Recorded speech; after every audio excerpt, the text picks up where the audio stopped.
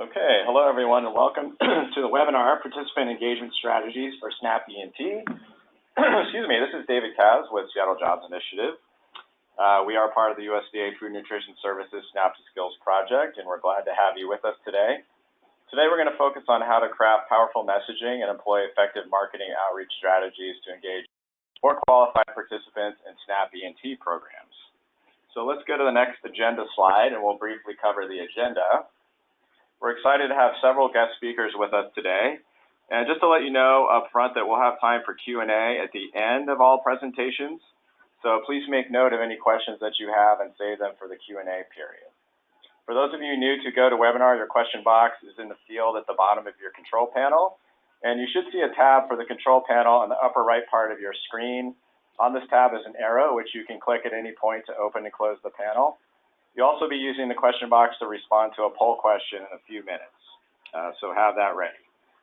Our first guest speaker is Mercy Albaran from Fenton, a New York-based social change communications agency, and she's going to teach us about crafting compelling messaging for our target population and share a few existing SNAP E&T messaging examples.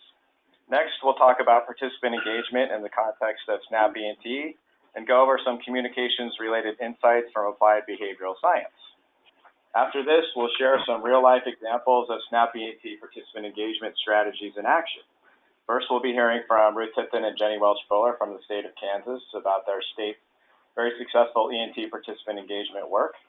And then to get the provider perspective, we'll hear from Matt Weiss from Able Networks in Chicago about how they go about engaging SNAP E&T participants for their workforce programming. So to start us off, I'm pleased to introduce Mercy Albaran. Mercy is Account Director in Fenton, San Francisco office and is a proud native of Oakland, California. She has a strong background in nonprofit communications and uses her message, training, and media relations skills to share the stories behind struggles for social justice. Mercy? All right. Hi, everybody. Thank you much for taking the time to join us today, and thank you, David, for the intro.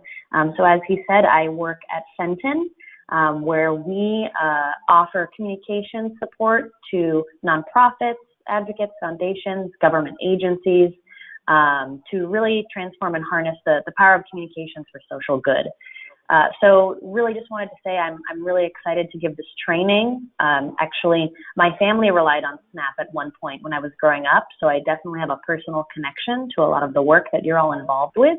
And I'm really excited to kind of talk through messaging and some other sort of best practices to help make sure that your programs are successful. So why don't we go to the next slide, please. And so in terms of agenda, next slide. So in terms of agenda, we're going to quickly start off with answering the question, why does this all matter? Why does messaging matter to this work? We'll also briefly talk about audiences and the importance of identifying your target audience. And then we'll go over some best practices. And I'll end with a little bit of audience participation with a short poll question. So why don't we just jump on in? Next slide, please.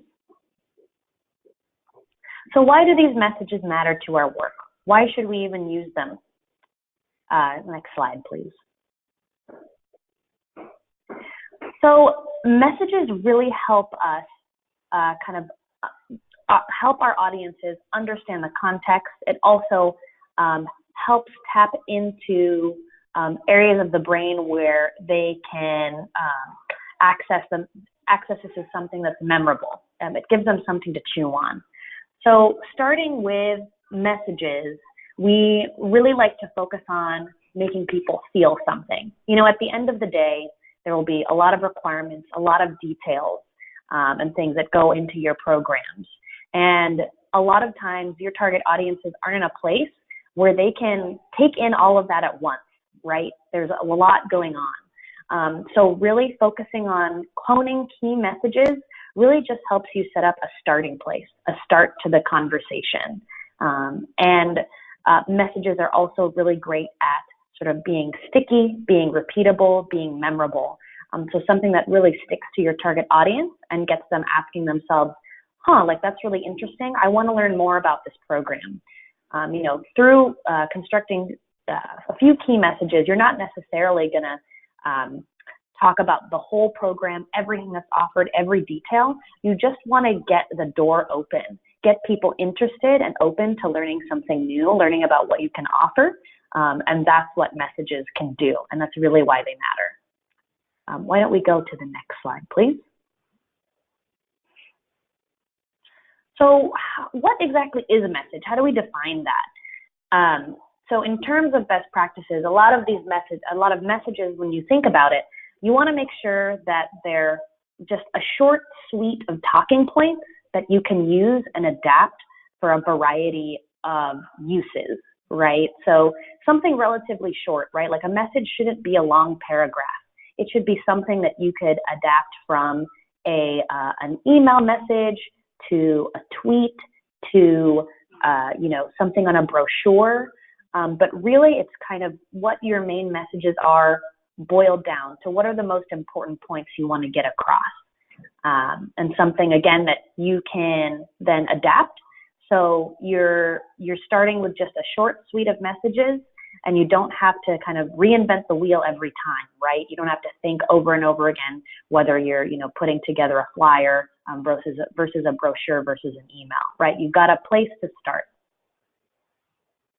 And another thing that I didn't mention before is one of the most useful things about having these messages is that ultimately it's tools for your team and tools for your ambassadors, right? Ultimately, you want to make sure that everyone's sort of singing from the same songbook, so to speak. So if you have crafted a short suite of messages that you can use for yourself, your team, any volunteers, folks that might be involved, you're all going to be starting from the same place and having a consistent message, which ultimately will be the most effective way to get this information across to target audiences and newer audiences, being really consistent. So why don't we go to the next slide? So speaking of audiences, before you even start crafting these key messages, right, you first really want to hone in on who are you actually trying to talk to. Are there ways that you can learn more about your target audience? And so why don't we go to the next slide? So these are some questions that I would recommend you pose to yourself and your team when you're thinking about who really is our target audience. Ultimately, the more specific you can get, the more successful you'll be with outcomes, right? So an audience isn't necessarily like the general public. That's way too general. Different people have different needs and need to hear different things. So ask yourself, who ultimately do you need to be successful with your programs? Who are those people that you need to get in the door? And once you've identified those people, you want to learn more about them. What do they value? What are things that are barriers for them? Who are messengers that they trust? Where do they get their information? Ultimately, what do you want them to do? What is the call to action for these audiences?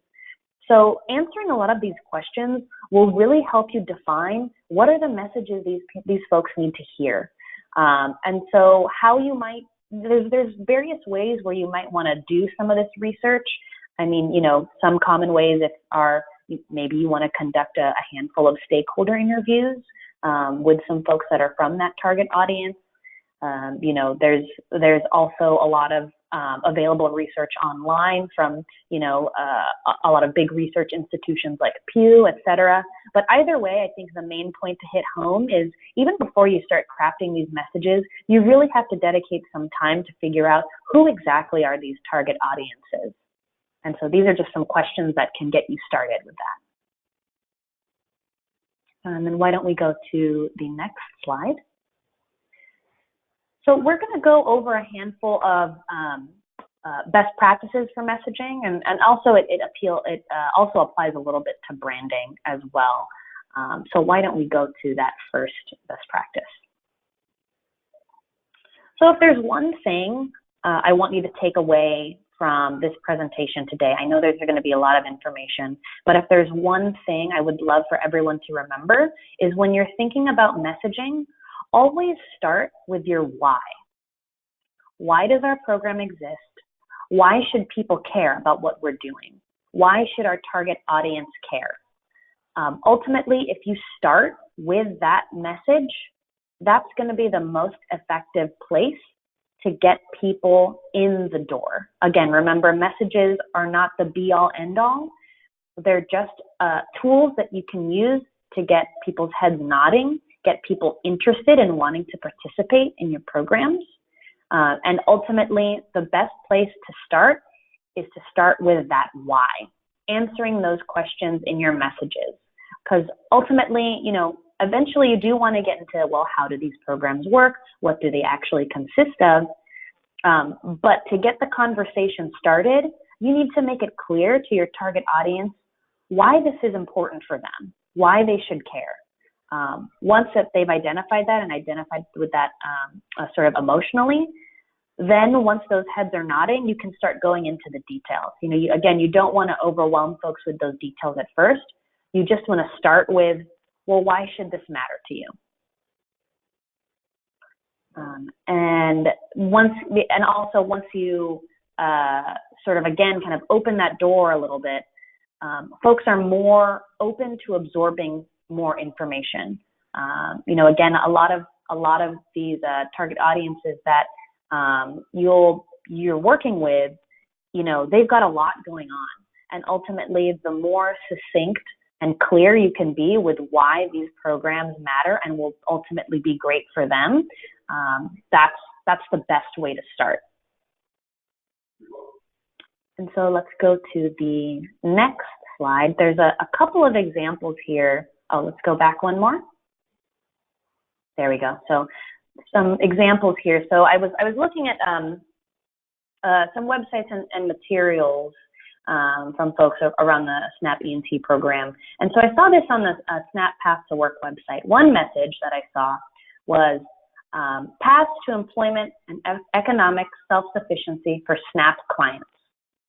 So I would say that it's a short message, which is good, but it goes into more of the what it is. So what is that work, right?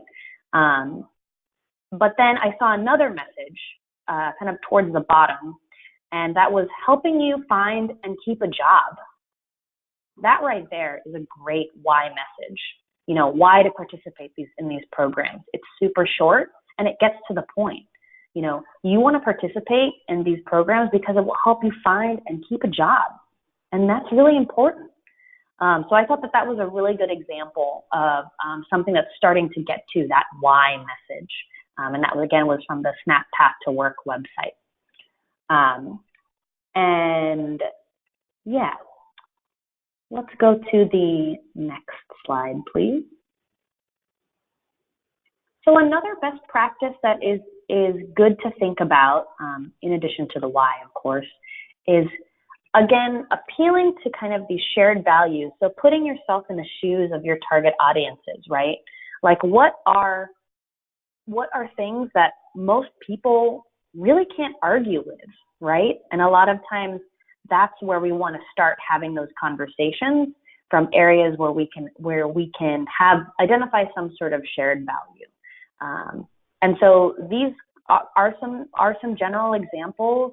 They might work for you. Maybe there's other things that you might want to adjust or add to. But these are just some examples that I've pulled. But ultimately, most people it would be really hard to find someone who can argue against, that really everyone should have easy access to healthy food. And, even more so, the idea that children's health and well-being are impacted by the food that they eat. Another thing that generally is other things that are shared values are, really supporting the idea of economic mobility, making sure that folks can move up economically. And also wanting to support each other's communities. So again, those are generally some shared values. There might be other things that you might want to add, but again, I think the point of this is when you're thinking about your messaging, again, you want to put yourself in the shoes of these target audiences. What are things that they care about? What are things that they value and will respond to? And yep, that's good. So why don't we go to the next slide? So another example here that I saw on the Rhode Island Department of Human Services website with regards to the E&T work. There was this quote here. It was on the website, but it was under the goals section, actually. And so it was a couple sentences, but basically, to make sure that adults are healthy and reach their maximum potential, that children are healthy, ready to learn, and to reach their full potential. So again, this gets at a really good value that applies to this work, making sure that people can reach their full potential. I mean, it would be tough to find folks that can argue against that. We want to make sure that adults reach their maximum potential. We want to make sure children are healthy, that they're ready to learn and ready to be in, and to build them up into a situation where they can be successful, right? So again, this is also a great example of that why message. Why are we doing this work? Why is this important? So I thought this was a really great example of that. And then let's go into the next slide, please. So some other best practices that are also good to think about when you're thinking about your messaging. So first of all, you really want to focus. Think about the most important thing that you want folks to know, that you want your target audience to know. A lot of times, when we're deep in this work, we don't want to oversimplify or anything like that. But, if we try to say everything all at once, it's really hard for people to remember any of it. Remember, this is kind of just the starting place for people, right? So with your messages, you really want to focus on one thing, right? So maybe you have one message that focuses on the importance of the importance of applying to these programs. Why does that matter? Just stick to that one point. You can go into other details afterwards, but again, you don't want to overwhelm people off the bat. Another point here is, using positive frames. With a lot of our work with different nonprofits and foundations and some government agencies, we've been really seeing a shift in some of the language. Really it's thinking about, talk about people how they want to be talked about. When I think about my family, when we were at a time when we actually relied on SNAP benefits, we didn't want to hear messages like, oh, this is, these are programs and benefits that poor people or low-income people can apply to, right? Like, at least from my experience and from other, clients that we've worked with and their constituents, you really want to talk about kind of the positive framing here. You don't want to necessarily isolate audiences with any like negative terms. So really focus on kind of like the benefits. Why are these programs important? Why is it important for folks to apply? Another one that is really important, that I see this all the time, and it's stuff that I do myself, is jargon. So it's really important that we break the jargon habit. We all do this. We're super deep in our work, and we don't even realize it, but sometimes we start to speak in different languages. Just with a lot of the acronyms that we use, a lot of terminology that we use. So when you're thinking about messaging to target audiences, maybe newer audiences, folks that are just learning about these E&T programs, you really want to kind of put yourself in their shoes and make sure that you're scrubbing for any language that would be difficult for folks to understand. Ultimately, talking in that type of jargon will sort of complicate your message and will make it hard for people to really absorb new information or get people to agree with you. So process language, it may make sense to us and can be important in, specific cases, right? Obviously, like depending on who we're talking to. But generally, most new audiences, will be confused. So just make sure that and any sort of messaging that you're putting out there to your target audiences, especially if they're new, make sure to take that extra step to scrub for jargon and really put yourself in their shoes and make sure, is this something that I could easily understand quickly? The last best practice I would say is do a lot of showing versus telling. We can obviously talk about, what these programs do, their impact. We can talk about the data and the numbers. But ultimately, people respond to stories, examples, illustrating impact. Painting a picture for people is always more effective than telling people what to do. So don't just talk about these programs, but give an example of a participant and sort of the positive impacts they experienced thanks to the program, thanks to the job training. Maybe they were unemployed for X amount of time, but then after going through this training, they were able to find a job in, this certain industry. And now they are, in a much better spot than they were before. So really illustrating the work with stories and examples is super important to kind of get people to see themselves in that work and really get them to sort of, again, kind of open that door and get interested in what you're doing. So those are pretty much most of the best practices that we have time through for today. I know that we went through a lot in a very short amount of time. But again, just like David said, we'll have time for a Q&A afterwards. So if you have any particular questions or points that you'd like to raise about what I've said so far, please jot those down, save them for the end.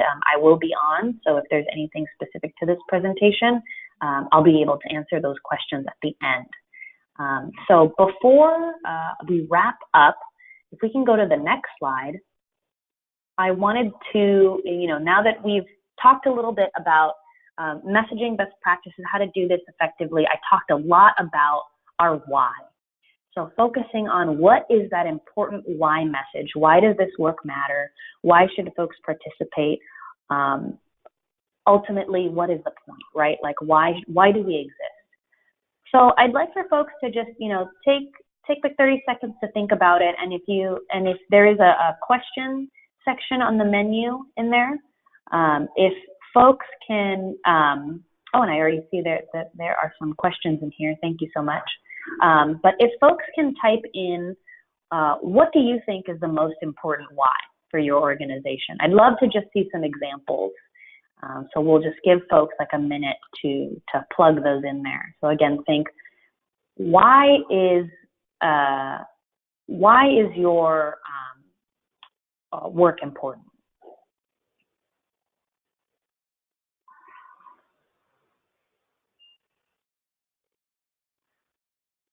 All right, I already see some great examples coming in. So employment, self-sufficiency, that's great. Job training, that's good. So I think that is more of a how, but that connects to sort of the self-sufficiency, right? Like ultimately job training so people can get that employment they need, can become self-sufficient, take care of themselves and their families. That's great. College success, that's also great. Yes, sort of thinking about how can we support folks through college and ensure, again, kind of connecting to that self-sufficiency or also kind of living up to full potential, right? That's great.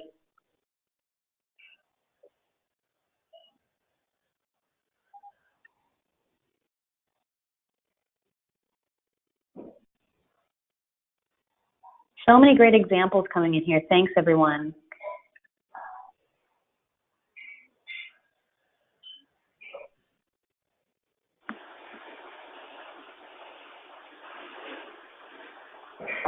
I'll just read through just a couple more. Yep, safe self-sustainability forward. These are great. Helping others reach their dreams. Yes, that's right. Attaining stability. These are all great. Thank you so much, everyone. When you have a second, please look through a lot of these. These are really great examples and things to really focus on when you're thinking about your messaging. So again, I know that there were some questions that also popped up in here, and so towards the end, I think we can answer some of those. But this is really great, and I will turn it back over to you, David. But this is really great. Thanks, everyone, for plugging in those why messages. This is a great start. Thanks, Mercy. I really appreciate it. Really great info for us to start incorporating into our SNAP E&T programs. And again, as you said, we'll have time for questions at the end. And as you're typing in your questions, at that point, just be sure to indicate who you're directing it to in case it's not obvious to us. And we'll make sure that we try to get it to the right person. So for the next 10 minutes or so, we're going to be diving a bit deeper into participant engagement specific to SNAP E&T, looking at rules, functions, as well as promising practices that we've observed through SNAP to Skills work in the state. And first, I'd like to turn it over to Lee Gantner at FNS's Office of Employment and Training, and she'll be covering some of the federal rules pertinent to engagement of SNAP participant in E&T services. So, Lee?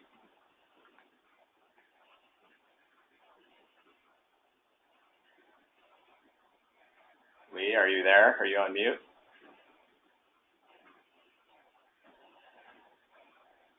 Can you hear me now? Hear you. Go for it. Okay, great. Okay, so what I'd like to cover here in just a couple of minutes is just some points that folks should bear in mind when they are designing outreach campaigns or outreach efforts in the world of SNAP E&T. As you all know, SNAP Employment and Training is part of the larger SNAP program, and there was some changes that were made to what is allowable and not allowable in the world of SNAP, including SNAP E&T, in terms of outreach. So I just want to make sure all of those things are on folks' radars. So next slide. So just to recap, allowable activities. So these are activities that are allowable in SNAP, even with some of the changes from the 2014 Farm Bill. Allowable activities in the world of outreach are essentially sharing factual information so a person can make an informed choice about applying or participating in some aspect of SNAP. So these kinds of allowable activities include things like application assistance, eligibility pre-screening, assistance obtaining verification documents, offering translation services, and also events that the state agency or people that you work with might do out in the community, like exhibits at community events or other kinds of workshops. All those types of activities are still allowed and have not changed as a result of changes in allowable activities for outreach as a result of the 2014 Farm Bill. Next slide. But there are some activities that have now become unallowable as a result of the 2014 Farm Bill. So this is actually 2 Farm Bills ago and subsequent rulemaking. So things that are not allowed to be used, things that are not allowed to be done with SNAP E&T federal dollars or just SNAP dollars in general are recruitment activities that are designed to persuade, and we'll discuss this one a little bit more on the next slide. Radio, television, and billboard ads that promote SNAP benefits and enrollment, and we'll also dig a little deeper on that one, and agreements with foreign governments that promote SNAP benefits and enrollment. The Farm Bill from 2014 also made a change to activities that are just not permitted by agencies that receive federal dollars, whether or not you use those federal dollars for those activities. So we call those activities unpermitted. And that basically has to do with paying workers based on the number of SNAP applications that they submit. So paying workers, meaning like community-based organization workers, based on the number of applications they submit. That one doesn't really have a lot of meaning in SNAP E&T as far as I can think it through. So we're not going to really talk about that unpermitted activity, but we are going to dig a little deeper on these 3 non-reimbursable activities. So next slide. The first one are recruitment activities designed to persuade. So the way the rule defined persuasive practices are coercing or pressuring an individual to apply or providing incentives to fill out an application. What the rule did not define as persuasive practices, so these are allowable activities, are providing factual information, so an individual can make a choice about applying or participating in E&T, or correcting misinformation. So those are all things that are still allowable and I think make a lot of common sense. Next slide.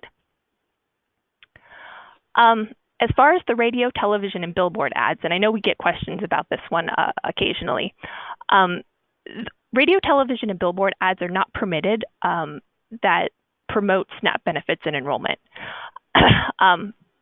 So that's a pretty blanket statement. And so when you yourself or some of your providers want to do radio, television, or billboard ads, you do need to dig a little deeper on the message that's going to be conveyed through those modes, because we want to make sure that they are not promoting SNAP benefits or enrollment. However, this restriction really does not apply to other ways of communicating with the public, like social media, the internet, newspaper ads, media interviews, or just signs that might hang up at a farmer's market or somewhere else saying SNAP E&T is accepted. All of those things are not covered in the bucket of activities that are not permitted, but we should also bear in mind the previous slide that talked about you can't have persuasive messages. So even if you want to do an internet site or a Facebook post, you can do that so long as the message is not persuasive, as discussed on the previous slide. Next slide. And the third category is relatively straightforward. What the rule prohibits is basically working with a foreign government in order to promote SNAP benefits or enrollment. So while you can do exhibits or workshops at, say, the YMCA or other community-based organizations, so long as you're not messaging in ways that are practices that are meant to persuade, you can you are not allowed to host any kind of SNAP outreach events with a foreign consulate or any other kind of foreign government. Next slide. So just a few last special considerations for E&T.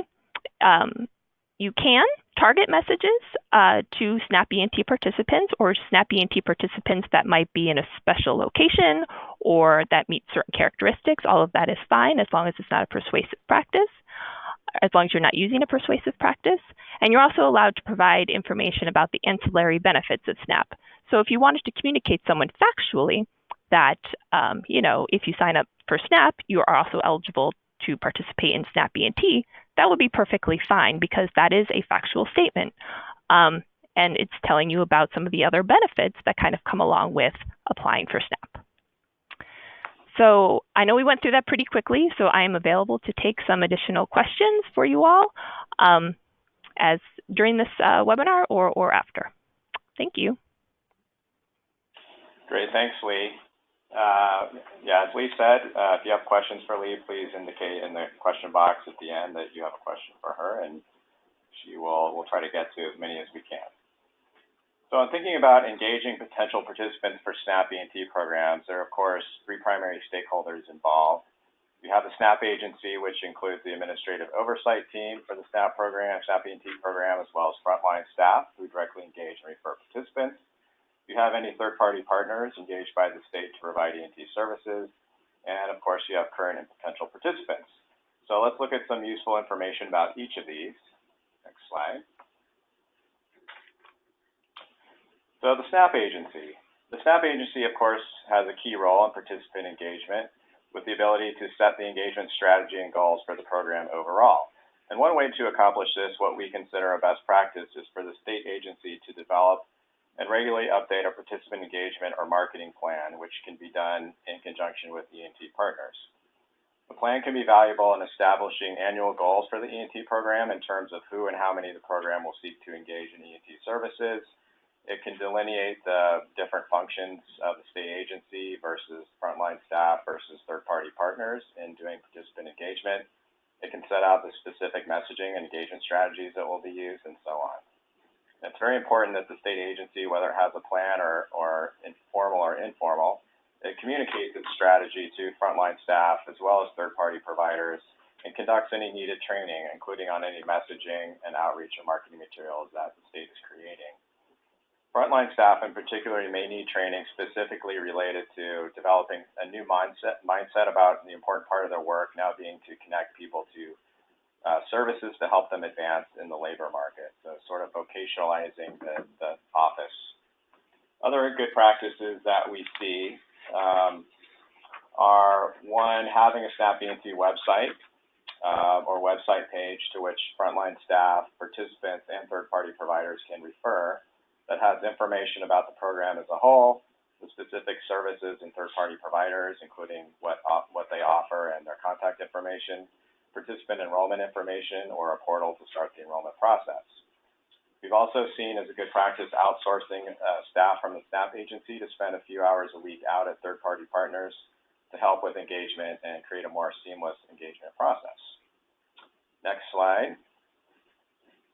So now we have third-party partners, and one reason why reverse referral is the best practice in SNAP E&T is that third-party partners, whether CBOs or community colleges, are fairly good at engaging participants who are a good fit for the programs. And those on or eligible for SNAP are those that are often serving anyway, as we see on this slide under the CBO section. Their messaging to an engagement of participants mainly focuses on their own organization and their own programs, not necessarily SNAP E&T out front. For colleges, messaging can also focus on how E&T is part of a package of financial support for college, as well as a resource that can not only provide food assistance, but access to critical support services. So while third-party doing participant engagement usually focuses on their own programs and services and the opportunities that those services provide, it's important for them to have coordination and communication with the state agency to ensure consistent messaging about SNAP and SNAP E&T where it does occur, and that it also meets applicable regulations, which Lee just covered. Next slide. So on this slide, we have a few examples, and we're not going to have time to cover these, but we will be making the slide deck available so you can check those out. We have a SNAP agency example. This is the Massachusetts SNAP Path to Work program. Mercy actually pulled her quote from them. We also have two community and technical college examples that we like from Hawaii and California. So please take some time to check those out when you get the slide deck. Next slide. So the final part of the participant engagement equation, of course, is the participants themselves. And as Mercy said, it's really important in crafting and delivering effective messaging to engage potential SNAP E&T participants to really understand who they are and how to reach them. And this slide shows some commonly known information about SNAP participants. Obviously, you want to do some more in-depth reconnaissance on your own, but this is just some high-level information. Engagement strategies should, for example, consider a potential reluctance to participate in either SNAP or SNAP E&T. For example, someone may enter a SNAP office seeking food assistance with no thought about training or employment, even if they could really benefit from E&T services. Or someone may enter through a third-party partner to get training or employment, but not be thinking about enrolling in SNAP and may perceive a stigma attached to it. Someone else may be concerned about sharing personal information required to participate. Also, most SNAP participants do work. Most likely the work is sporadic or unstable in low-wage occupations with limited career pathways to good wages. Many participants have low educational attainment, of course, and limited basic skills. So good messaging and engagement strategies should take all these factors into account, meeting people where they are, creating trust, and motivating people to see E&T as an opportunity. They need to reach and resonate with people who may be spending time already in the workplace, but who could benefit from more skills to get better jobs. So let's go to the next slide. Next slide. So now I'd like to turn it over to my colleague at SCHI, Breen Nguyen, who is going to share with you some insights from behavioral science about how individuals, and particularly in our case, those living in poverty or facing scarcity, may act and make decisions, and how we can use this information to improve on the content and delivery of communications to them to engage them in E&T. So, Bree. Great. Thank you, David. Next slide, please. So I'm going to give a very brief overview of behavioral science and how insights from the field can help improve our communications, as David said. So as the name indicates, behavioral science focuses on how we behave, how we make decisions, how we form habits, and why. And at the bottom of the slide, you can see some popular books related to behavioral science that have come out in the past several years, so those may look familiar. So behavioral science is helpful because it gives us concepts and tools and frameworks to understand ourselves better, why we do the things we do, and how we can change our behaviors. And we can use this knowledge to make our communication with people, and in this case, with our participants, more effective. Next slide, please. So often when we communicate with participants, we want to engage them, as we've talked about earlier, and there may be certain actions that they need to take to, for example, learn more about an employment and training program, to learn more about SNAP E&T, or maybe if they're already enrolled, we need them to provide us with some information or contact us so we can give them some information. But there are certain issues in our communications that can actually deter people from engaging and taking action, and some of them are listed on this slide. And what behavioral science can do is help us understand why these issues cause problems. So this is something that Mercy alluded to earlier. We often see communications that are filled with jargon or complex information that's not only confusing but difficult to understand. And we know that people living in situations of scarcity have less cognitive bandwidth available to actually sit down and parse through and digest complicated information. And our communications might also use language that's unintentionally daunting or off-putting to participants, or that evokes the stigma of poverty, and this is something that Mercy also mentioned. And we know from behavioral science research that poverty stigma has an impact on cognitive bandwidth and our ability to process information. And we also know that facing a negative stereotype can cause a drain on cognitive and social psychological resources, which can then impact people's ability or desire to take action. And our communications also sometimes don't proactively address behavioral tendencies that we all have, like present bias or a status quo bias listed on the slide here. And this can oftentimes cause us to default to staying in our current state, maybe because the benefits of taking action or the future payoff aren't really that salient to us. And of course, if the action that we need to take seems complicated or confusing, we just might not do it. Next slide, please. So how do we start to improve our communications? Well, this slide lists a few steps that we can take. The first thing we can do is identify the desired response to a communication. So what is the objective?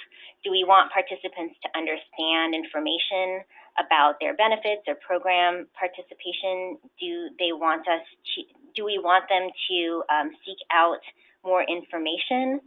Getting really clear about the objective can help us craft our communication in a more effective way.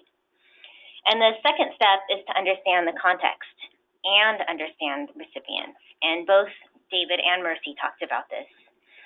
But the context piece is really important. So how will recipients be getting this information? Are we trying to send letters or emails to people who have unstable housing or don't have easy access to email? And are there different and better ways that we can get information to them? If they're in a really challenging situation or program, are we presenting them with complex information when they're cognitively or emotionally exhausted? And is there a different time that would be better to give them just a small amount of information? And how would they best receive information? Maybe from a trusted community leader or a neighbor? And does the information need to be adapted and tailored to different recipients? So as we heard earlier, one size does not always fit all. And the third step on this slide is to use behavioral insights to improve our communications, and I'll talk about those when we go to the next slide. The next slide, please. So some common behavioral techniques to improve communication are listed here. Personalizing communication can be a really good way to capture somebody's attention, particularly if they don't have a lot of cognitive bandwidth available. So if you send something personal, it's easier for people to just disregard it. So I'm sorry, if you send something impersonal, it's easier for people to just disregard it. And another way to create a connection is to feature past participants in communication or have them involved in outreach activities, because oftentimes potential participants can relate better to people who have come from a similar situation or background. And the next technique is to create cognitive ease by making key information, action steps, and deadlines as simple and as clear and as easy to understand as possible. And one way to do this is via information chunking, where you split up a paragraph of information into really simple action steps and then make it as easy as possible to take action. Because when someone is bandwidth taxed, any little bit of complexity or effort that needs to be expended can be an obstacle to taking action. So include a postcard that can be dropped in the mail, or include sign-up links in an email, or make a number really prominent if they need to call. And try hard to reduce the number of steps that somebody might have to take. And also, really important, it's important to correct any misperceptions that people might have about their eligibility for a program. Sometimes people won't take action if they don't think a program or communication actually applies to them. And personalization can actually help draw their attention to a piece of communication and help them understand that it might apply to them. So these are just some of the most common behavioral techniques, and there are actually many more and other behavioral concepts that are much more nuanced and complex than we have time to dive into right now. But if you're interested in this area, there's a lot of information out there where you can read about applied behavioral science and seek out examples. Next slide, please. So this slide just lists you two examples. On the left, you see a redesigned reminder email to college students to complete the FAFSA using behavioral techniques. This was done by Ideas 42, it's a behavioral science firm. And on the right, you can see an excerpt from a checklist for writing letters and emails. And this is from the website Behavioral Science Hub, which includes a lot of examples and checklists and tools and case studies. Next slide, please. Yeah, so if you have questions about behavioral science resources or the area in general, feel free to contact us at SJI, and we'd be happy to share more. Thanks so much. Okay, great. Thanks, Bree. And again, we'll have time for questions for Bree at the end. And we're getting some questions about whether this PowerPoint will be available, and we will make it available. So you will be able to spend some more time with these slides later on. So now we're going to look at some successful examples of participant engagement, starting with the concerted efforts at a state SNAP agency level to increase participation in SNAP E&T from the state of Kansas. And with us from Kansas are Ruth Tipton, who's Assistant Director, E&T Employment Services with the Kansas Department for Children and Families, and Jenny Welch-Buller, Research Project Coordinator with the University of Kansas Center for Public Partnerships and Research. And Ruth and Jenny work together on GOALS, which is Kansas's SNAP E&T pilot program. And they're going to share with you more about their very intentional and successful participant engagement strategy with that pilot. So I will turn it over now to Ruth and Jenny. Okay, this is Ruth Tipton. Can you hear us all right?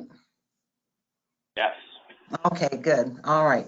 Well, today our presentation is titled Lessons from the GOALS Pilot Project, which was a 3-year study done in Kansas through the Department of Children and Families. Next slide. My name is Ruth Tipton. I am with the Kansas Department for Children and Families, and I am the Assistant Director for E&T Employment Services and Special Projects. And I was the GOALS Project Manager from 2014 through March 31st of 2019. And with me is Jenny Welch-Buller. Hi, this is Jenny, and as you can see, I have an action shot. Ruth and I have action shots here, and mine is from being a participant in the SNAP E&T Academy. And I had the pleasure of working with Ruth in the state of Kansas to assist in a supportive role and as a project coordinator for the GOALS pilot. Next slide, please. A brief about the GOALS pilot was in 2014, late 2014, early 2015, USDA issued an RFP for a study grant, the focus of which was to reduce the SNAP's population dependency on public assistance and to provide SNAP E&T participants with skill sets that would ensure them gainful employment at a living wage. Kansas was one of the 10 states awarded a grant for the 3-year study. And during the study, we expanded our existing volunteer E&T service area from 8 counties to 36 counties in 4 areas of the state that represented our rural and urban population, as well as areas with low unemployment and areas with high unemployment and or underemployment rates. Participants were randomly assigned to either the control existing E&T program or the treatment, the enhanced service and training groups, through a computerized system known as EPIS. An additional third study group was introduced to the Southeast area, which did not have a control group, and participants who were not assigned to the treatment program were referred to community services only. Our enhanced services entailed a volunteer program we called GOALS, which included additional services such as mental health support and substance use disorder treatment. Next slide, please. So while we were really excited about all the enhanced services we had to share and try out in the state, we were a little concerned that the enrollment process itself would be quite daunting. So we wanted to start, before we dig into some of the messaging materials to show you, we wanted to start by showing you our overall success with enrollment. The first graph you see shows overall how we succeeded in our enrollment goals. Within 24 months of the intake phase, we enrolled over 4,000 participants across the state. However, we also wanted to show you the behind the scenes reality of what enrollment and keeping people engaged was really about. So the second graph shows you really what it felt like on the ground level and also emphasizes how important it was to have a leadership team constantly monitoring enrollment so that we knew when and where to pinpoint our messaging efforts and our engagement efforts. So to speak more about what we really thought worked, Ruth is going to go through some slides that show you that despite the ongoing fluctuations, what worked. So next slide. In the development of the grant, it was important for us to establish a clear and meaningful brand for our project.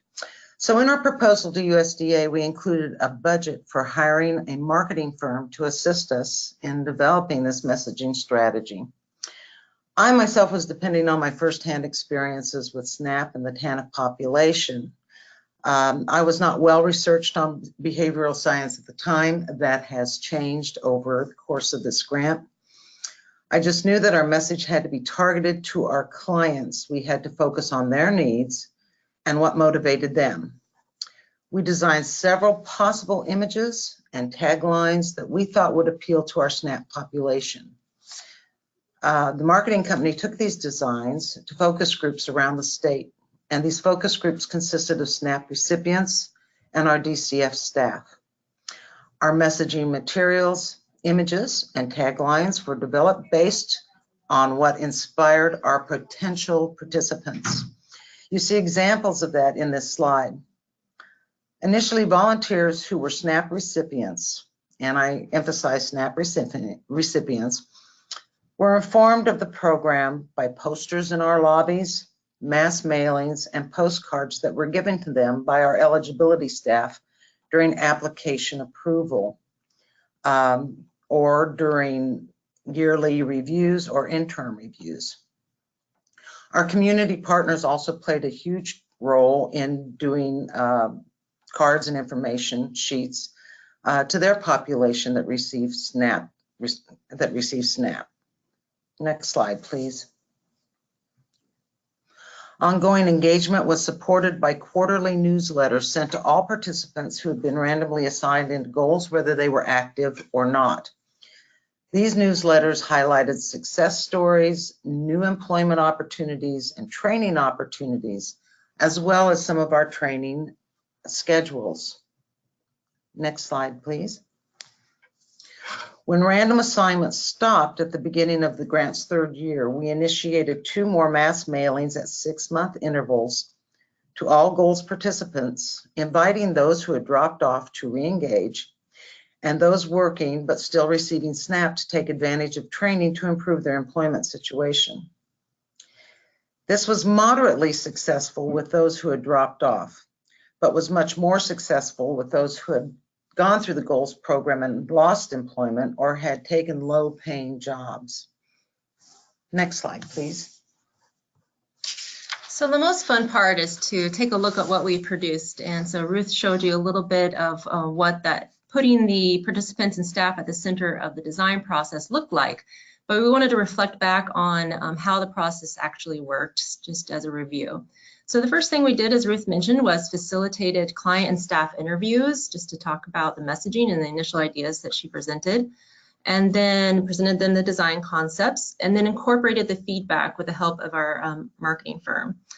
And then what was really important was to ensure that all the stakeholders had involvement at all levels. So we had ongoing conversations with our funders, of course, FNS, and then different levels of Kansas Department for Children and Families, as well as our evaluators, and of course the designer and staff.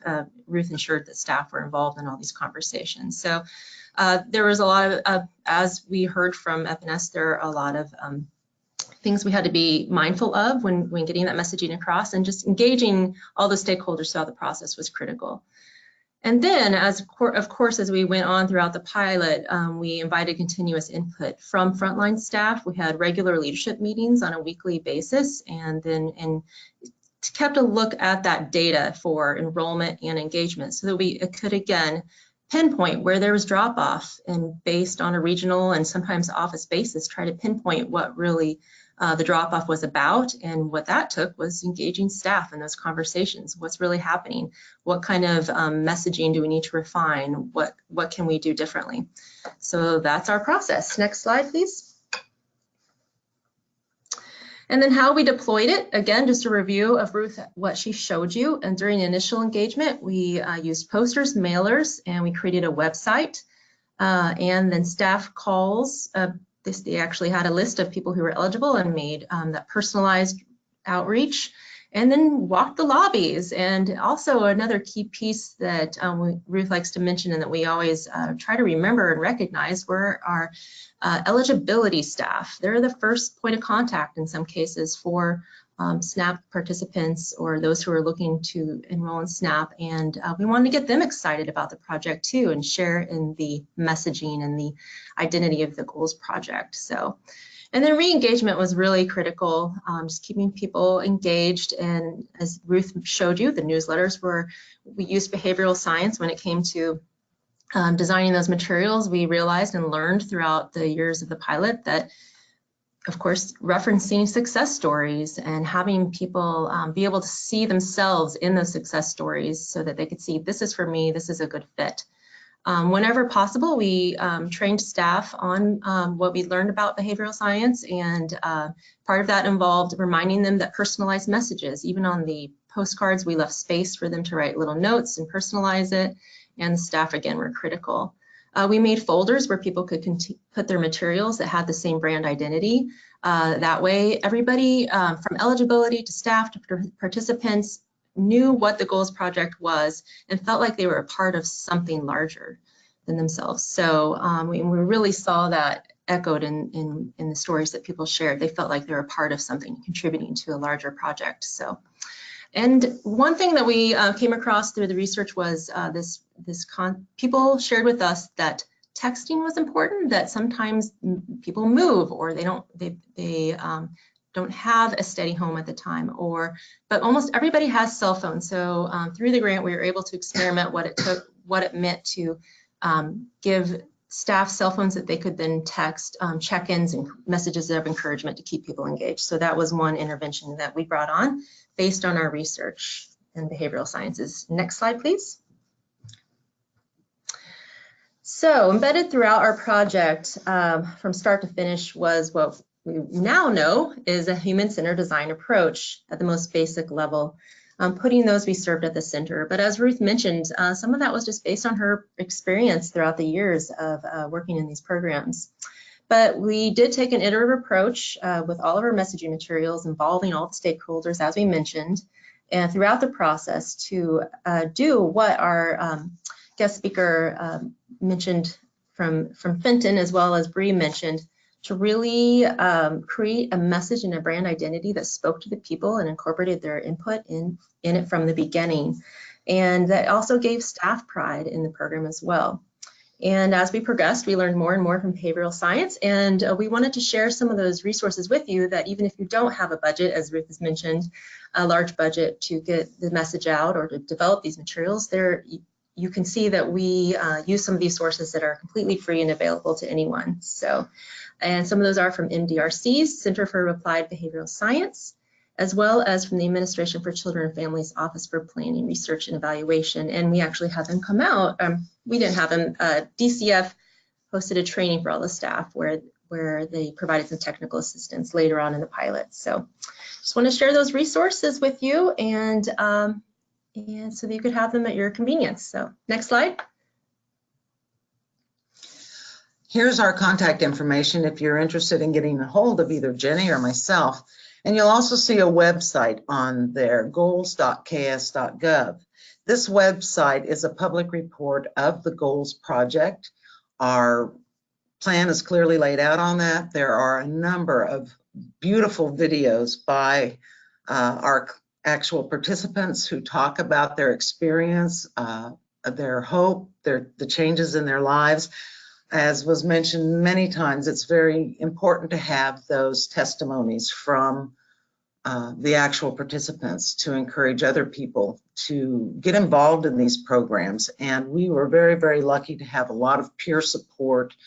A lot of our participants did come back to our orientations and to our different trainings and speak of their experience and how it felt to be employed, how it felt to have that self-confidence again. I would encourage you to go to that website if you are interested in the Goals program or exactly what we did and how we did it. It's explained very clearly there. And with that, I will just simply say we are looking forward to any questions you may have for us. And if you can't think of any today, just get a hold of Jenny or I. We're very happy to answer any questions you would have. Thank you for your kind attention. Thank you. Great. Thank you, Ruth and Jenny. Really appreciate it. Great information. You guys did some amazing work. So thanks for sharing. So our final speaker today is Matt Weiss, who's Vice President of Social Enterprise at Able Networks in Chicago. And Matt is going to speak about Able Networks' IT Career Lab program, which enrolls both SNAP and non-SNAP participants and has demonstrated some very impressive outcomes. And he'll speak specifically to how Able Networks, as a E&T third-party provider, goes about engaging participants for this program. So I will turn it over to you, Matt. Thanks, David. I appreciate it. So thankfully, I don't have action shots on my program, so you won't be able to see my shiny bald head talking about this. A little bit about kind of our background. So National Able Network is we're a 40-year-old mid-sized nonprofit. We oversee a myriad of workforce programming throughout the Midwest, such as CSEP and WIOA. That's what we've traditionally done. IT Career Lab is, as David said, our main vocational training program. It was established in 2012 and really targeted dislocated workers for a very long time. I think though recently, as our agency has started to talk about and develop an equity strategy around employment, around participant engagement, it became very, very clear that there was a large segment of the population that we were unable to serve through some of those more traditional workforce avenues. So in 2017, with the partnership through the Department of Human Services here in Illinois, we pursued 50-50 funding to serve SNAP folks. And we were the first agency, luckily, to be awarded a contract through that pilot program. So I'm going to talk a little bit about our efforts there. Next slide, please. So the program overview, we really have a 16-week vocational training program that, again, was in existence prior to us engaging with primarily the SNAP population.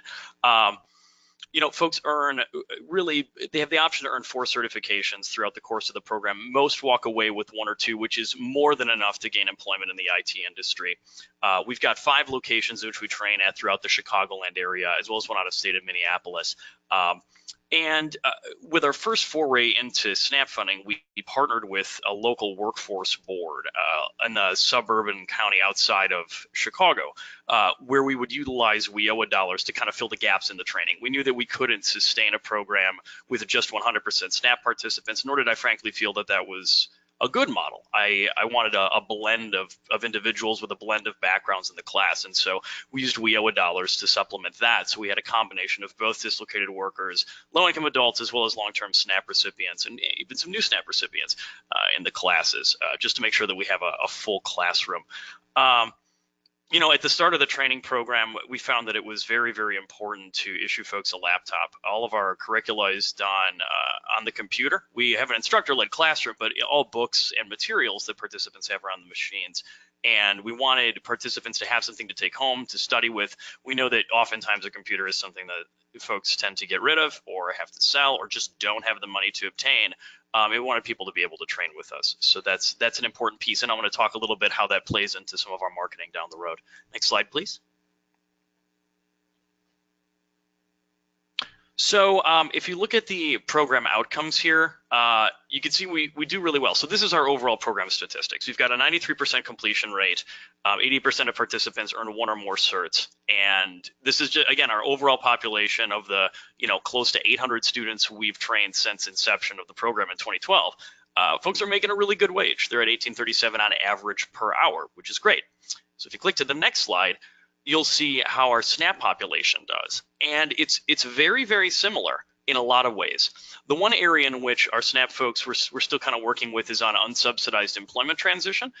They tend to transition into unsubsidized employment really within 6 months post-training at about half the rate of our other populations that we serve. So we're starting to wrap a lot more support around that, but since this is a pilot program and we're just about a year into it now, a little over a year into it, this is something that we've seen. And we've started to analyze and try to work with them on. So we're starting to see some positive outcomes as we invest a little bit more in that area. Next slide, please. So as far as outreach goes, I think it's important to know that our program, we haven't made an investment in dedicated resources, specifically in the form of FTEs to do outreach to individuals for the program. And that encompasses both SNAP as well as non-SNAP individuals. We've got folks who are assigned specific geographic territories, and that's really important because each geographic territory, and we have a couple here, right? We've got suburban locations that we target, kind of the suburban counties and areas. We also have a pretty hyper-urban area, which is the city of Chicago, and some of urban Cook County. We want to make sure that we're cultivating relationships with all of our various referral providers in those areas. And also marketing does differ, and how we outreach to people differs in each of those areas as well. So this is something that we often analyze, we talk about, we have weekly meetings about, is what does our pipeline look like of potential participants for class, where are we getting people from, and then from there we can make changes and tweak how we do outreach, and more importantly, where we put our efforts and where we do outreach. Next slide, please. So how do we do it? How do we find folks? Online is a big piece of our marketing. Craigslist, Facebook, other ads, that's how we do outreach. Mass transit, if you take the L train in the city of Chicago, you'll see that. It's important to note that as an agency, we are using some of our own unrestricted resources to do some of the ads here. I think as Marcy said in her portion of the presentation, our messaging, we've really tried to make it simple, slick, and kind of sexy so that people can gravitate towards it, and they understand what we're getting at right away. We want the focus to be on, what participants can take away from an initial interaction with staff. And I think the other piece is we're really lucky to have both outreach staff that are dedicated to this, but also professional marketing staff at our organization.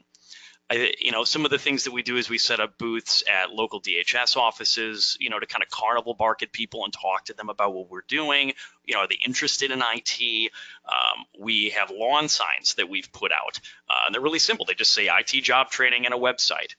Click on it. We found that tends to work where there is limited access to public transit, like trains, but more people are more driving or find buses or walking places. I will say too, online ads such as Facebook, they've really proved to be cost effective. They're not expensive to take out, but they also yield some really great participants in our program. And say what you will about Facebook's data collection practices, but they provide a really high level of analytics, which we can use to kind of hyper target specific geographies and populations. And that's really important as we try to provide equitable access to training and employment in this industry, right? Because IT traditionally has been kind of undiverse in its makeup of workers. And so we're trying to target specifically women and minority populations. And Facebook has proved to be a really, really big benefit there. Next slide. So our process looks like this, from kind of onsets to when we first talk to a person all the way to when they become a student. Eligibility for the program is pretty straightforward for us. We really don't want people to pay out of pocket. We try to utilize any type of public funding that we can to get people into class. Suitability, though, is a little bit harder to determine. And there are barriers such which participants have to manage prior to even entering our program. Our goal really, when we first engage with someone, is to get them to come into our facility to talk with one of our staff members in person. So what that does is it gets them talking to a human. We can make an assessment at that point. We also, at that point, can encourage the participant to audit a class. It gives them time, we can give them access to online pre-class work so that they can get a sense of what to expect in class. They talk with current students about what they've experienced in class. And we also have video testimonials that we'd like to show people in this kind of information session phase of former clients that have been successful in the program as well as employment. We don't talk about specific funding streams with our employers, but it also has employers in these videos and their feedback on the participants from our program. And I think that's really important to show that individuals who graduate from the program, regardless of where they come from, they can be valued and are valued by the employers in which they're hired. And I think that tends to make it real for a lot of the clients that come in our door. And I know that folks talked about this a little earlier, but we found that to be the best way to engage folks and really even to determine suitability for our program. If folks are unsuitable, and look, not everyone is appropriate for our program, just based on, there's basic kind of math scores and reading scores that folks have to have, but there are other barriers that they have to manage. We can make referrals to other agencies or even internally so that they can work on those things and then enter our program. We have a bridge program that feeds into this as well that does a lot with low literacy levels, for instance. Next slide, please. So what works for us? We do talk about the laptop computer a little bit. I think it's important that people, know that they're going to have a resource that they can use, they can access, and they can use for life stuff too. They're not in training 24 hours a day, 7 days a week. Our program does run 3 days a week. It is very intensive and there is homework, but they're going to have a laptop where they can actually start to get online again. They can do things like create a LinkedIn, profile. They can do resumes. They can apply for jobs. And it's not something where they're going to have to go somewhere and maybe wait in a line to do it or find an obscure computer lab at some place. They can do it at home, at a coffee shop, in our facility on their own computer. And it's theirs to keep if they successfully complete our program. A lot of individuals come in and they really worry about the cost of training. And I think more importantly, they worry about the cost of college. And so they equate vocational training to the cost of more traditional college. And maybe they've had a bad experience with that. A lot of our folks have not done traditionally very well in a classroom setting. So we tackle that really early on in eligibility. We also, though, want to preserve our program value and make sure that just because something doesn't cost someone to participate in, it doesn't mean that it doesn't have any value. And so there's accountability that's throughout this entire program, and there is baked in value in the fact that they're engaging with employers from day one. They're engaging with other professionals in the classroom from day one. Next slide, please. Some recommendations. I think, allow third-party providers the flexibility to do unique and innovative outreach methods. We've tried just about everything. Like I said, we have lawn signs that we put up at strategic intersections that we've identified in Lake County, Illinois. If you're driving down, Belvedere Road in Lake County, you'll see one of our little lawn signs. It's a little political lawn sign. It just says IT training. I think it's important, and look, we have a lot of unrestricted revenue that we put behind this program because this is something that we want to invest in. We really believe in equity in these IT types of jobs, and we want to target this population. But I think investing even a little bit in print and online media, Facebook ads are cheap. That's something that's really important. The things that we've found throughout just the year that we've been running this is solidifying agency partnerships is extremely important, specifically breaking down silos within state government in our specific instance. We'd like to have a single point of contact at offices. We do prioritize ABOD services due to benefit loss. We've got one county in Illinois that is not under an ABOD waiver. The rest of the state will obviously fall off the ABOD waiver at some point soon. So these are individuals that are going to fall off of SNAP if they're not engaged. We target them, we talk to them, and the staff at our various partners' offices know what the situation is, that they will lose benefits if they're not engaged. So we do talk to them. And then we obviously invest in people to just sit on site and talk with folks, meet them where they're at, both physically as well as mentally. And I think that's a really important piece. So yeah, the next slide is just my contact information. I'll be happy to answer any questions folks have in the question phase of things. Great, thank you, Matt. Really appreciate it. Great information. So we have about 15 minutes left for Q&A. So again, you have your question box. You can type in a question if you have one. We already have some coming in. please indicate again if it's directed to a specific individual or more than one individual so that we can get it to the right person if it's not obvious who it should go to. So let's look at some of the questions that are coming in here. Okay, so I believe this one is for, well, it could be open, but let's start with Lee. Someone asked, they're interested in building a website similar to Massachusetts, and they're interested in how they can fund that, whether SNAP E&T funds can be used to support building a website for technical assistance or just building the website. Is that something that, are there grants for that, and or 100% funds can that be used? That's a great question. So it sounds like they're trying to determine if funds can be used for the website rather than a specific question about is it an allowable activity in terms of outreach. So I think I mean, as far as, I think I would have to know a little bit more about the website and exactly what they're trying to do with it. But, you know, if it's an activity that's supporting E&T, that is an allowable activity so long as it's not going against some of those very particular regulations about the kinds of messages that can be used. Okay, great. Let's see, what else do we have here?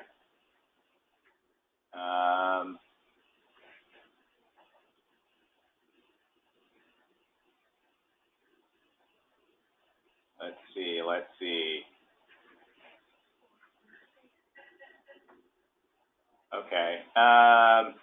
Question for Mercy, and really anybody can weigh in on this too. Jargon's difficult not to use in the SNAP E&T world. How would you advise on discussing, well, there's a lot of terminology in this question, but how would you advise kind of discussing the requirements of participating in a program without getting all jargony? Or anybody can really address this one. Hi, this is Mercy. Great question. So I think, you know, again, we want to start off with, you know, I'm assuming that, you know, if we're thinking about this person is just coming in the door, right? So then we kind of focus on what are those key messages that, you know, kind of get them interested, again, speak to the why, do not have that jargon. In terms of getting into the nitty gritty, I mean, I think that part of it is think about what's the call to action for that person that you're speaking to. Ultimately, what do you want them to do? What is the goal? Because if you start from there, it might be easier to break down, you know, what are these requirements, et cetera, if you kind of think of it in terms of why is it important, and ultimately, what do you want them to do with that information? And sometimes it might just also be, you know, taking a few minutes to actually break down what those terms mean and why they matter. I know a good exercise that sometimes I like to do is even just think about, you know, if I was speaking to someone on the elevator who had no idea what I was talking about, like, what would I say? What would I say to my 15-year-old niece explaining this to them, right? Like, so I think, again, think about it in terms of why is that information important to that person? And ultimately, what will it get them? So framing it in terms of like the goal. I don't know if anyone else had any other points to join in, but I know that jargon is hard. So, but those are just a few initial thoughts. Yeah, Marcy, this is Matt. We chunk it out, and I think the call to action is super important. We don't overwhelm the participant from the start with a lot of those things. It's, you want to provide a little bit and kind of just what they need to know at this specific juncture of time. And then again, keeping them busy and keeping them active and giving them very, very tangible milestones to meet throughout this entire process and navigating the bureaucracy is super important. And so, for instance, folks come to us and the first thing that, we determine is, yeah, they're on SNAP. Okay, fine. What do we want to do? Well, we want them to come to an information session to learn more about our program and to talk more about what it entails. And so that's the call to action at that specific point. But keeping them busy and engaged throughout it, but also chunking it out, I agree with you 100%. Real important. Yeah, and this is Bree. I think some complexity can come when somebody is actually enrolled in a program and there are certain information requirements that they have to meet. Like sometimes they have to give us certain information at certain times in order to stay eligible and stay enrolled. And I've actually seen communication around this done really well when it's very simplified to the bare essential that the participant needs to know. So I've seen a pretty simple tables and checklists created that actually don't use jargony terms, but just use simple things like, on this date of the month, please submit X, Y, and Z, right? And then have a kind of a checklist where they can check that off. So I would say maybe challenge yourself to actually put something together, like very simple action steps, and see if you can do it without using any terminology. And imagine if you were giving it to somebody who had never heard any of the acronyms that we typically use, and see what you can come up with. Great. So we have a question here, and I think it's probably going to be best for our Kansas team or Matt. Is it possible that some people are reluctant to enroll in SNAP or SNAP E&T for fear that it may impede their ability to become a U.S. citizen? If so, what strategy would you recommend to address this concern in your messaging and communications? Hi, this is Ruth. If they're concerned about becoming a U.S. citizen, if they're not a U.S. citizen, I don't believe, and I may be wrong, but I don't believe that they are even eligible for SNAP benefits unless they're in a refugee program. We have not encountered any problems with our refugees and their trajectory towards becoming citizens when they participated in our goals program. Same on mine. Maybe we should go ahead, Matt. No, it's the same on mine. We engage with a lot of refugee organizations. I mean, there are many, many refugees in the Chicagoland area, and that's never really been an issue. It's never, frankly, even come up. Yeah. Okay. There's a related question. I think we've got it from a couple people. How do you address the potential stigma that people may feel about signing up for enrolling in SNAP and does SNAP E&T? Do you have any strategies for that? And Mercy, you can take that on as well, like. This is Ruth again from Kansas, and we don't want to overwhelm people when we contact them about our SNAP program and about our E&T program, about the goals program and going forward. We found that, and this is going to sound very simplistic, but it was rather effective. We didn't send our mailing and our orientation invitations. We didn't send things in regular government envelopes. We bought bright green envelopes that did not look like they were coming from the DCF office. We didn't want people to feel that stigma when they went to the mailbox to pick this up. We got a big response from just that one little adjustment to make people feel more comfortable, like they were getting regular mail or getting something important or exciting in the mail. Anyone else on that one? Hi, this is Mercy. Go ahead, Mercy. Oh, Bree, go ahead, actually. No, go ahead.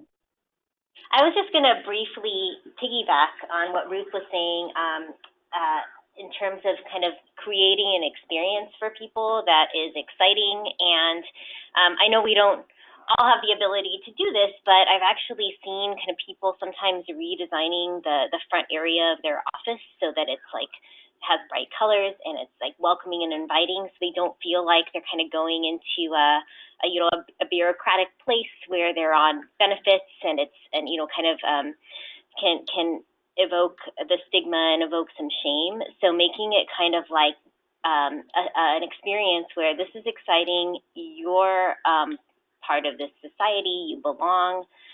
This is an exciting program, and I've seen that work really well.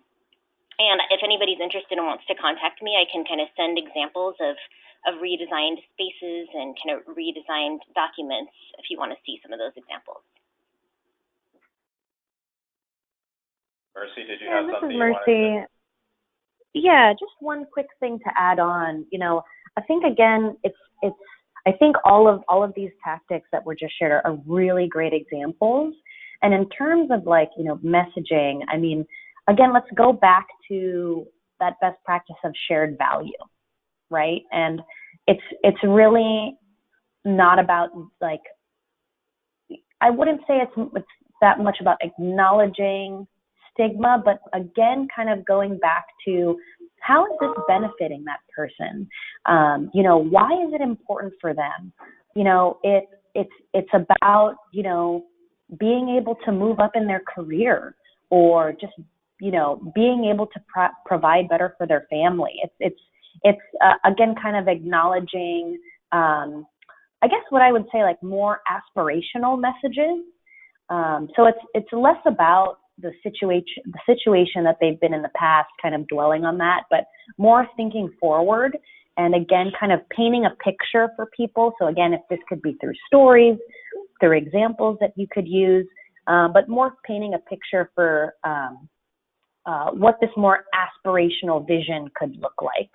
And so kind of focusing on that versus focusing on the negative, right? So yeah, I guess that's one thing that I would think about. I'm glad you said that because we oftentimes talk about providing, and this sounds really hokey, but we're providing someone some hope. Yeah. And I think that there's a lot to do there, but it gives them something. We talk often about this is a means to an end at the end of the day. The goal, isn't to be on SNAP for eternity. The goal here is to gain employment, gain some, really transferable skills, gain some good skills, and get into a sustaining wage job. And I think that and showing things, showing videos, letting them talk to participants who've been in their shoes, who've done the same things, that provides them with a sense of hope and it's feasible, it's attainable. Mm-hmm. Great, thanks. I think we have time for maybe one or two more. There's a question, are there innovative strategies specifically for engaging young adults, older teens who maybe dropped out of school? Anybody have any ideas for that?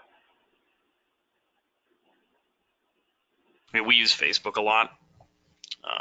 That tends to be how we engage that population. Our program really isn't for folks under the age of 18.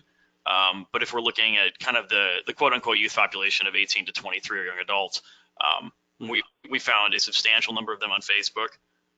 We found them through their parents. We've had families in classes together. We have right now in our class, we've got a dad and a daughter and a dad and a son. So it's they go through this together. But that's been how we've done it. Yeah, this is Mercy. I would also say definitely Facebook, thinking through social media too, and especially Instagram. I think that with, again, it kind of depends on who exactly that target audience is, but through, some of our other work with different clients who target around that range, definitely Facebook, like was just said, and also Instagram are very popular in that age range. And a lot of times, a way to think about it as well is not necessarily just putting out your own content on those platforms, but you could also think about, are there what we like to call influencers?